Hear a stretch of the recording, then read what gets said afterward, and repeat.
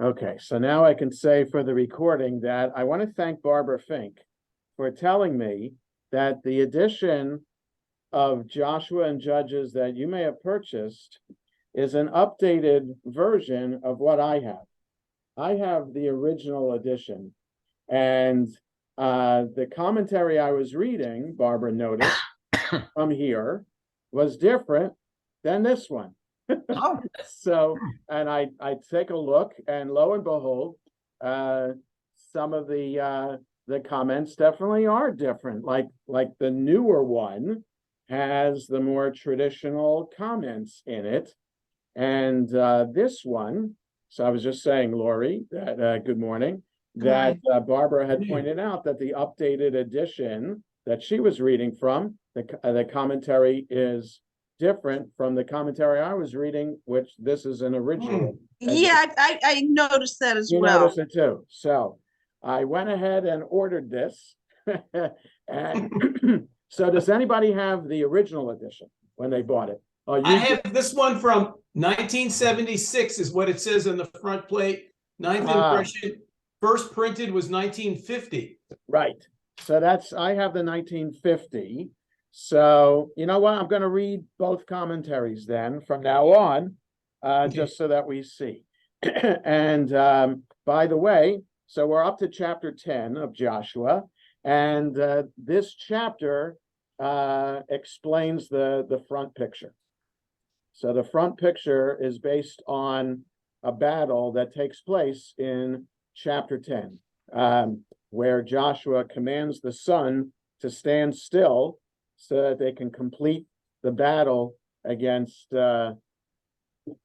you'll see, against who. Also, I have a number of Alter's translations of the individual books, but I didn't have Judges and Joshua. But it's included in in his mammoth 3-volume set. But some of his comments are out of order.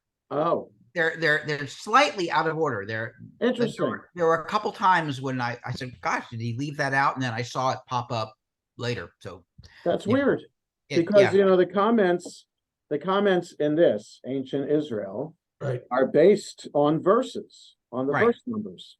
Yeah. So why he would go out of order? I think there was one time where a verse referenced the same thing twice, and he opted to mention it the second time and not the first time. He switched because it was more significant. Minor stuff. Okay. All right. So let's start chapter 10 on page 52. The page numbers in both editions are the same. Yeah, page numbers are the same. It's just fascinating that the commentary is different. Okay. Baruch atah Adonai Eloheinu melech haolam shekitzanu b'mitzvotav v'tzivanu la'asok b'divrei Torah.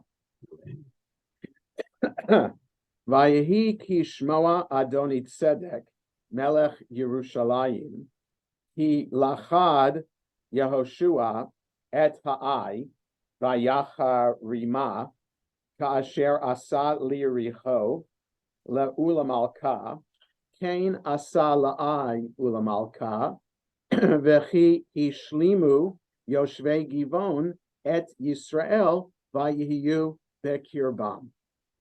All right, so that's a long verse. So it was when Adoni Tzedek, the king of Jerusalem, heard that Joshua had taken Ai and utterly destroyed it, like he did to Jericho and its king, so he did to Ai and its king, and that the inhabitants of Gibeon had made peace. Hishlimu there, made peace with Israel and were among them. So I want to do the commentary, I think, verse by verse this time. So Adoni Tzedek, down below, literally, my Lord is Tzedek, this being the name of a Phoenician god.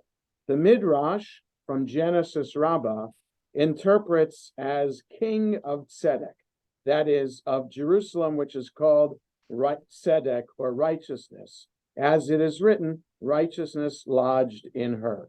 Isaiah 1. I just want to, this reminds me of the king of Jerusalem. So, I'm about to sneeze, 1 second. Excuse me. There is a king of Jerusalem who goes out to meet Abraham after Abraham does war with saving Lot. So I just want to find where that reference is. I think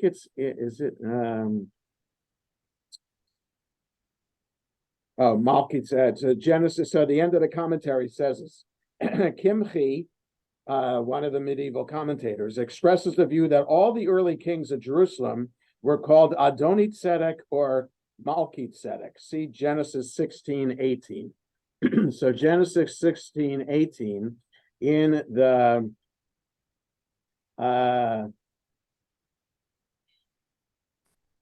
Genesis 14:18. My Roman numerals were backwards. Genesis 14:18. There it is. So if you have your Eitz Chaim handy, it's on page 81.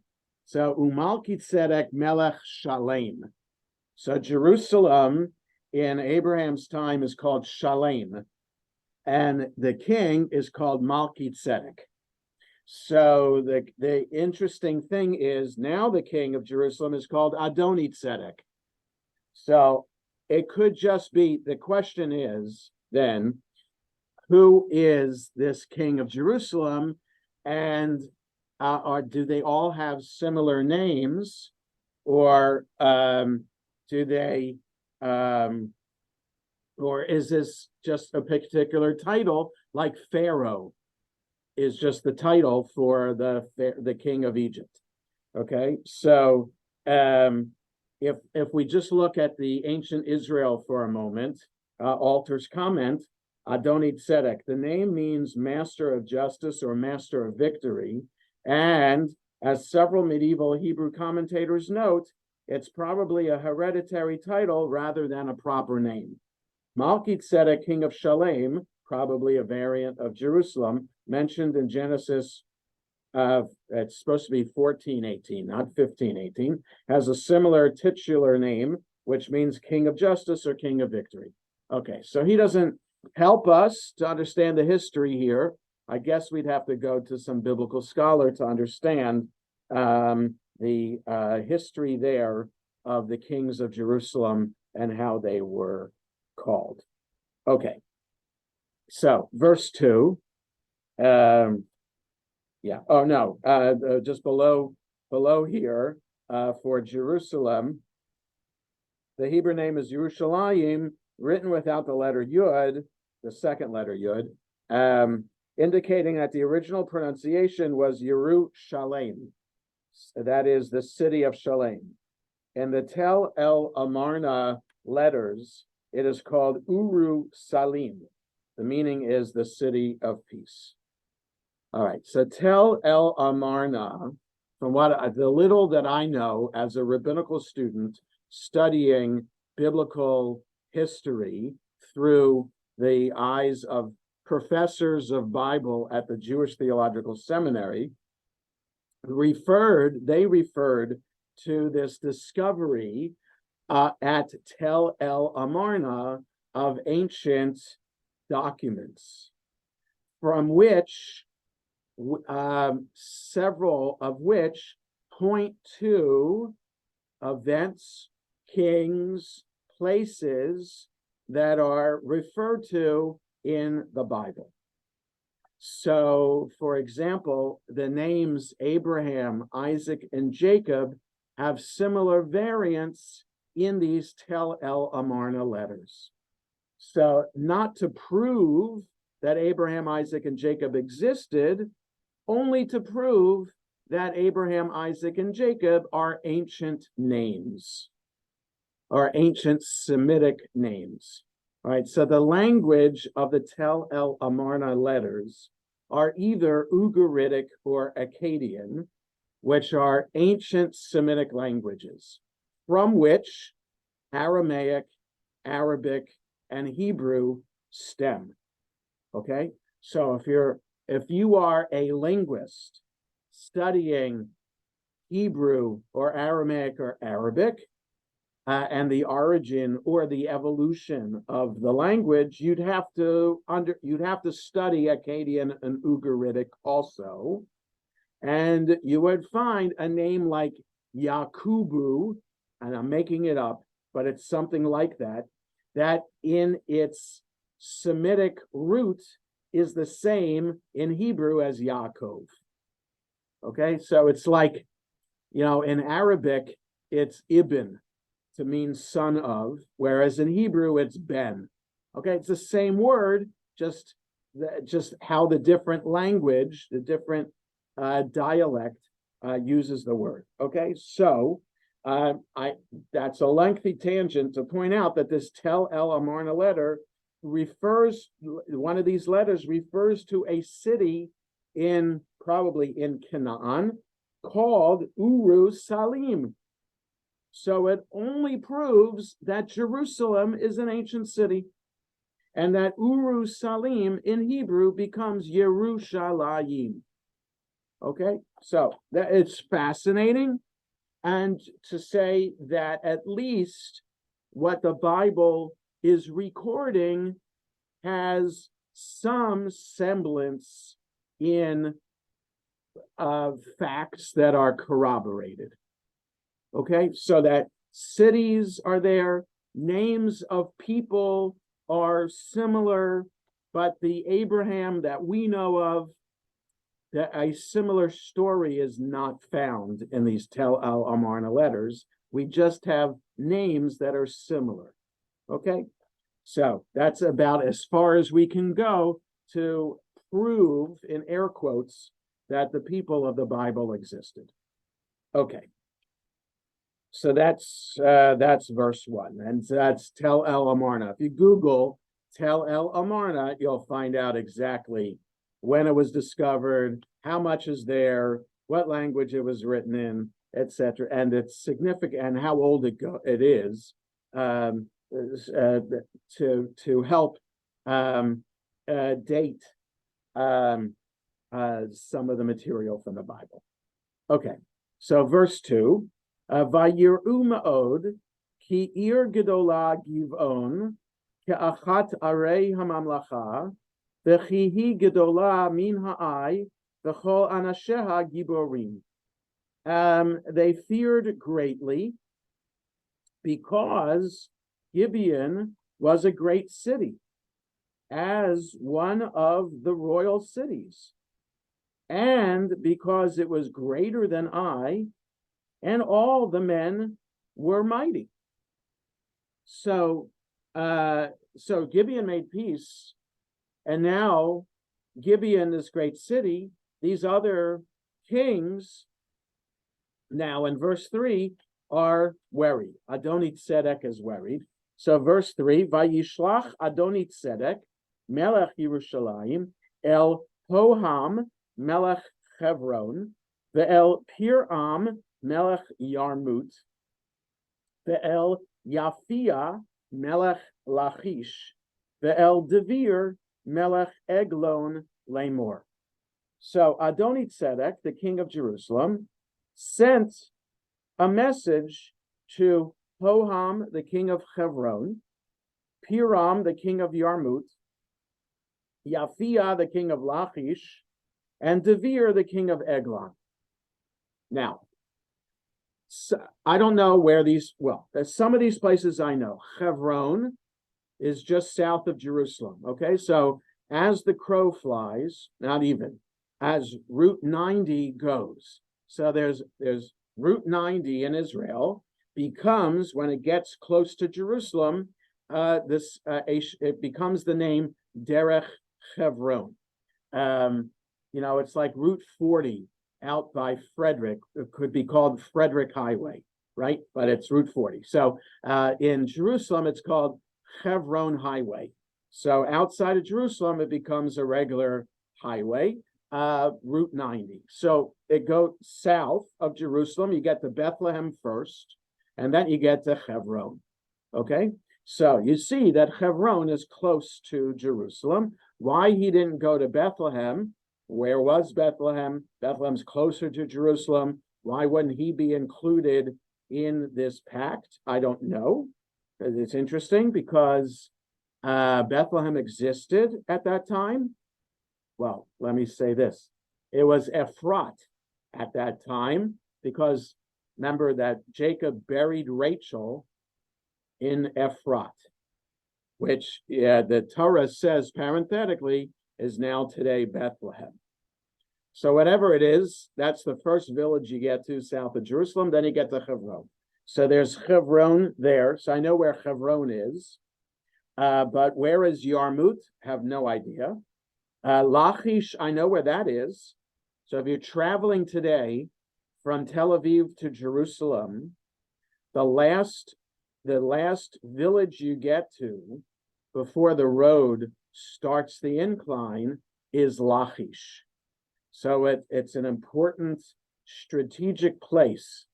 It's in ancient times, in biblical times, because it's right there at the end of the valley and this coastal plain, and when the hills of the Judean hills begin. So it served as a very strategic location, and in 1948, it was still a strategic location.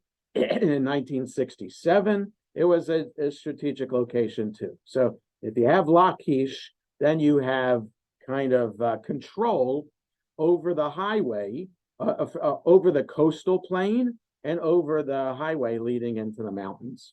So Lachish, archaeologists have done digs at Lachish that have gone down below, and some of the battles that the Bible describes, you have some evidence to that time period in Lachish. So that's where Lachish is. It's also the tank brigade memorial is in Lachish. And then Eglon. All I know about Eglon, Goliath is from Eglon. So a little bit south in the coastal plain near what is Beit Shemesh today. Okay, so if you can picture then in your mind's eye, if you've been to Israel, then Jerusalem, probably 10 miles as the crow flies to Lachish, southwest, maybe 5 miles as the crow flies south to Hebron.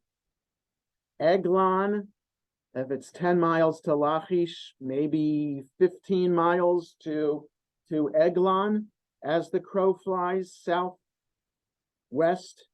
So it's all in that area that Adoni-Tzedek is contacting his colleagues. And who knows if they've ever been contacted before and had an arrangement before, but they're threatened. So that's reason for them to come together. That Adoni-Tzedek is trying to bring them together. So the commentary below the line, below on 53, as one of the royal cities, the implication is that it was not a royal city. This is confirmed by chapter 9:11, where the elders and inhabitants are mentioned, but no king. Okay, just pointing out, we'll only point out if there's a difference between the new commentary and the old one.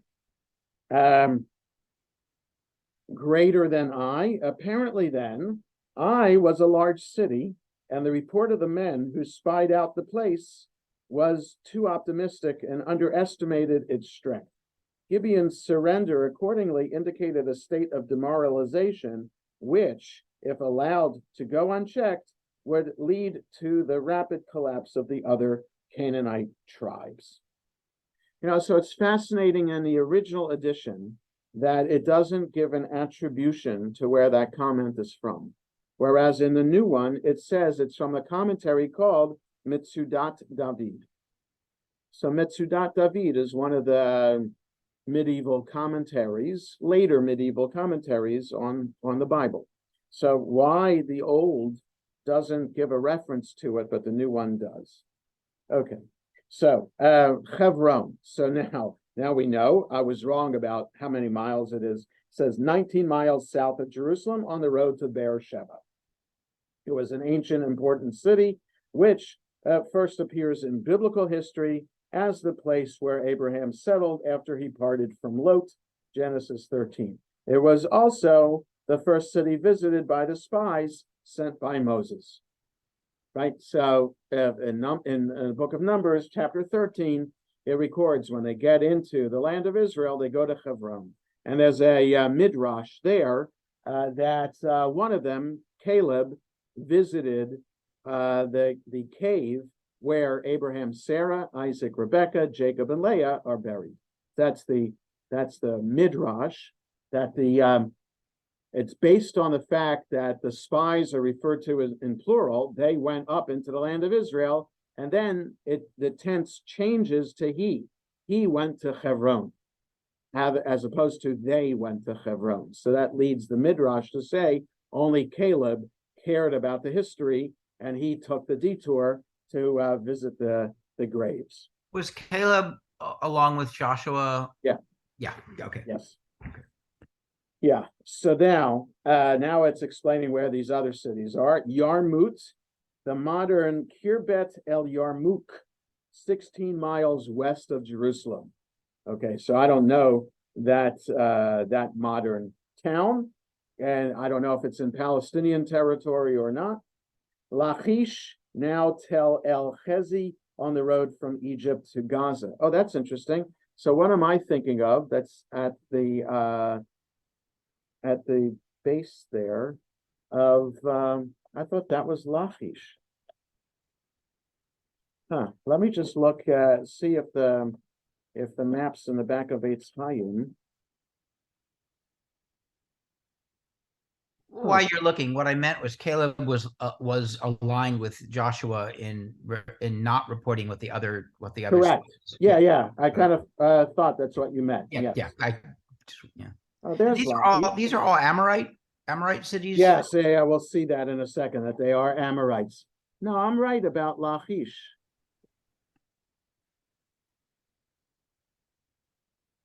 No, Lachish. Okay, so in the third color map, it has Lachish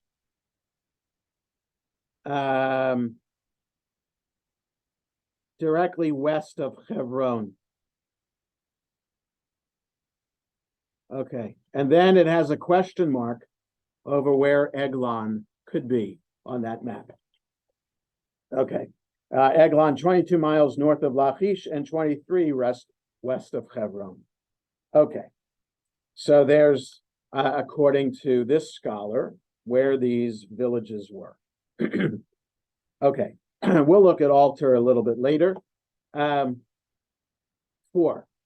Alu Eli v'izruni v'nakeh et Giv'on ki hishlima et Yehoshua v'et bnei Yisrael. So what's this message that he sent to these 4 kings?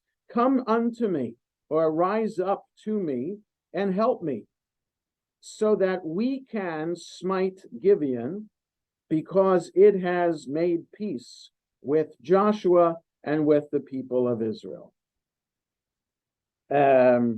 So the commentary, verse 4, he did not propose an attack on Joshua. His appeal for a confederation shows that the country had not united in face of the invader.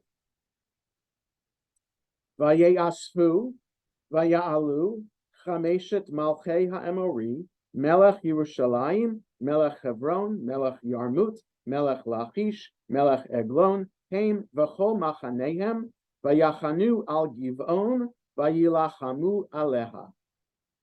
So they all gathered and they went up, or rose up. The 5 kings, the 5 Amorite kings, the king of Jerusalem, the king of Hebron, the king of Yarmut, the king of Lachish, the king of Eglon, they and all their camp, and they camped against Giv'on, and they fought against it. Okay. So it's interesting too, because isn't there like a literary allusion, because didn't Abraham fight 5 kings? Yeah, maybe. maybe. But it's an interesting question, Barry, because it's presented as if this is a historical detail, right? As opposed to being a homiletical lesson. So let me give you an example. So when Abraham defeated those kings, it says he had 316 soldiers with him. Now, the Midrash, that seems like a pretty specific detail that the Torah wants us to understand as fact. The Midrash on that says, no, let's understand it as a miracle, and that if we add up the letters of the name Eliezer, right? Every Hebrew letter has a numerical equivalent. Then the numerical equivalent of Eliezer, who is Abraham's chief servant, is 316. So the miracle is that Abraham and Eliezer were able by themselves to defeat these 5 kings. So it depends on how we're reading the story, as whether it's meant to be understood as fact, as the Torah or the Bible is presenting it, or as homiletic. So is it really 5?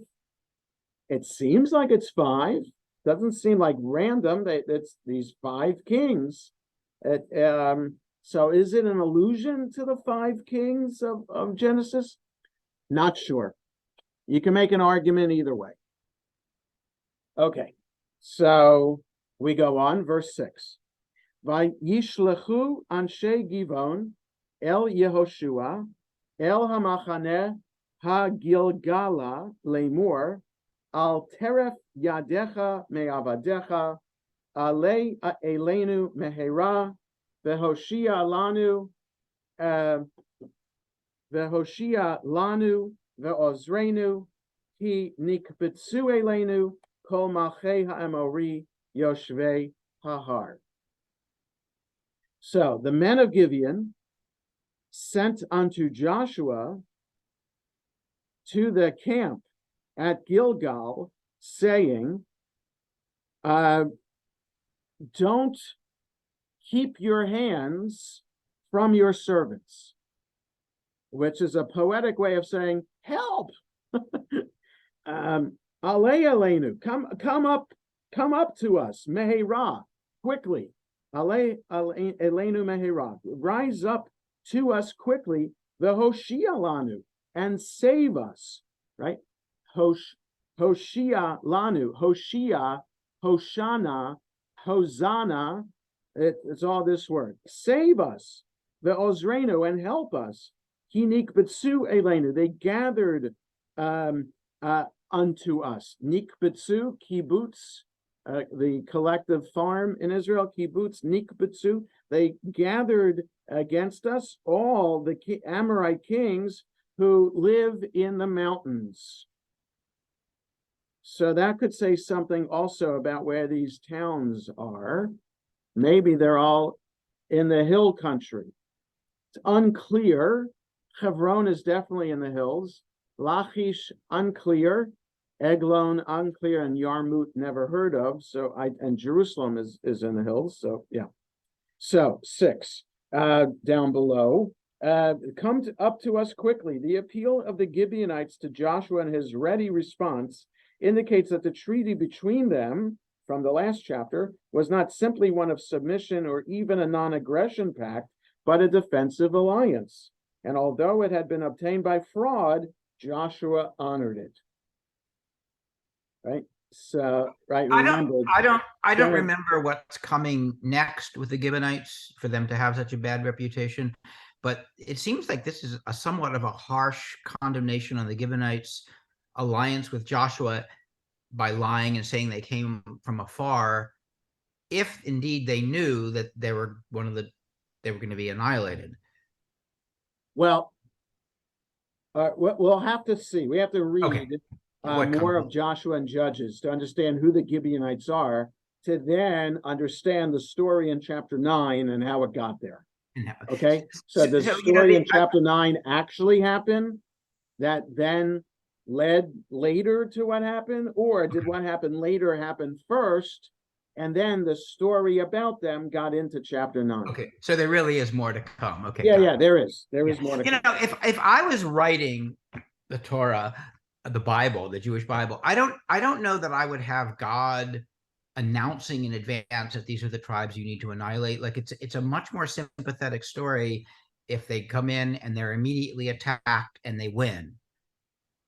I recognize. Well, the problem is that they didn't do the complete annihilation like they were supposed to. So the reasoning behind it. So again, it was Joshua written as it happened, or was Joshua written after the fact? So we don't know. And the same with other books of the Bible. We don't know. These oral traditions and then were edited later. We don't know. I mean, and the same with the Torah. We just don't know. We don't have the original text. We have old texts. So we have the oldest texts, but the oldest texts are 2,000 years old. And they imply that there were texts there before. So, but we don't have them. So I mean, the oldest Torah text we have is something found in that pile of dirt over the old city walls that the Muslim Authority threw over. We found an amulet that had the priestly blessing in it. So assuming that the priestly blessing was used, so when the Torah says that the priests are supposed to bless the people every day, here's evidence from First Temple times that the priestly blessing was used. Okay, so that's fascinating. That's even spiritual to say, wow, here's evidence that at least from First Temple times, what's written in the Torah actually came into being. So I think that's first proof of anything from the Torah being an ancient ritual. It's not a modern thing that the rabbis are making up and then writing stories to pretend as if it happened long ago. Here's an amulet with a priestly blessing with the exact wording that the Torah has. So that is for religious Jews, that is, it's like finding I don't know, like finding the Holy Grail kind of thing. Okay, so but about Joshua and others, we just don't know. Okay, so that was verse 7.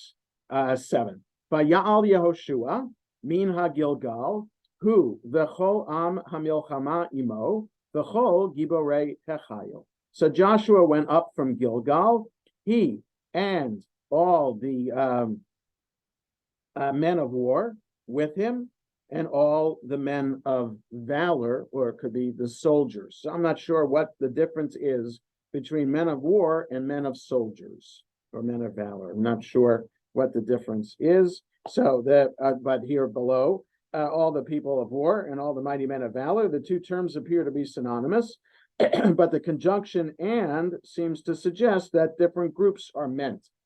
Perhaps the mighty men of valor were the officers. Okay. Verse 8. Vayomer Adonai el Yehoshua, al tiramehem, ki v'yadacha netatim, lo ya'amod ish mehem befanecha.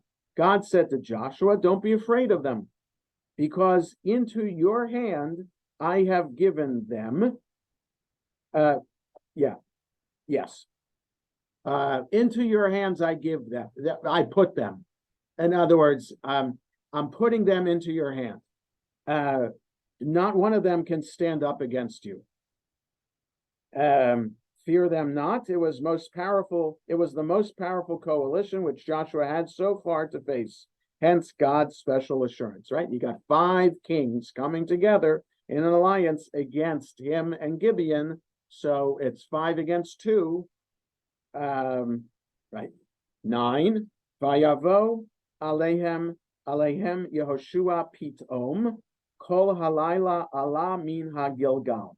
So Joshua came to them suddenly all night he arose from Gilgal. So Gilgal, remember, is near Jericho and Ai. So it's east and downhill from Jerusalem. So it was a trek to get to where they might be going, where these kings are attacking Gibeon. Okay, so it was an all-night hiking all night. So it'd be cooler to hike then, but still, you're talking about like a 20-mile hike with all your gear on your back.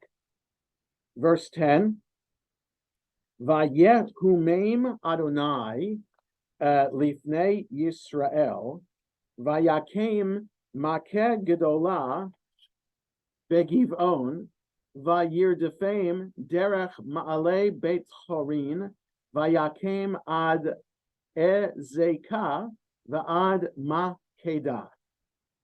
So God discomfited them before Israel, and they slew them a great slaughter at Gibeon, and they chased them by way of the ascent of Beit Horon, and smote them to Azekah and unto Makedah. Now, I know that there is archaeological evidence about Azekah, but I haven't heard about Makedah. But again, I'm not a registered tour guide in Israel. If I was, then I would have to know all these places and where they are. But Azekah I've heard of. So let's look below here. Beit Horon, that is the upper or more eastern Bat Horon, 5 miles northwest of Gibeon, to which an ascent of nearly 2 miles leads from the lower Beit Horon lying to the northwest. Okay, now this is just fascinating to me. The original has this based on Robinson. The newer edition has this based on Da'at Mikra. So giving the impression that Da'at Mikra is a rabbinic source, whereas Robinson is this scholarly source. So I can't explain the difference. Azekah, mentioned in chapter 15, verse 35, as part of Judah's allotment. Its exact site has not been discovered, but it is in or near to the Vale of Elah in the Shephelah. And so somewhere around the Elah Valley in the Shephelah is the coastal plain. Okay, so Makedah, mentioned again in chapter 12 and also 15. Its location is uncertain. Some identify it with El Mughar, southwest of Ekron, and 25 miles from Gibeon. Okay, whatever it is, they chased them a long way until they utterly destroyed them. Okay, so whoever is left behind, stragglers, they're killing them all. Verse 11, Vayehi ben Nusam mipnei Yisrael Haim b'morad Beit Horon va'Adonai hishlich alehem avanim gedolot min hashamayim ad azekah vayamutu rabim asher metu ba'avnei habarad me'asher hargu b'nei Yisrael b'charev. And it was when they were fleeing from Israel, they on the descent of Beit Horon, and God cast on them big stones from heaven to Azekah, and they died. Many more died from the hailstones than were killed by Israel by sword. So this is the first miracle, the miracle of how God proves to Joshua that these 5 kings will go into his hand. Not only were they defeating them themselves, but God casts hailstones on them and kills them as well. So verse 11 below, the descent of Beit Horon, that is to the lower Beit Horon, which lay about 700 feet below the level of the upper city. Great stones, that is hailstones. A reference to the incident occurs in I don't know what Eklus 46:6 is. With hailstones of mighty power, he caused war to break violently upon the nation. So now the new comment goes on. The old does not have this. These stones had been suspended in the air since the days of Moses, who caused hailstones to fall upon Egypt. Upon the cessation of the plague of hail, the falling hailstones were suspended in the air. Only now, since Joshua was a fitting successor to Moses, did they fall from heaven. So this is interesting because the rabbis are really anti-miracle. The rabbis understand that the world works according to a natural order that God decided and put into place. So, they were pre-Newtonian physics, but they understood anyway that there's an order to the way the world works, right? Day leads into night, which leads into day, etc., etc. Rain falls from the sky, evaporation happens. They knew basic stuff.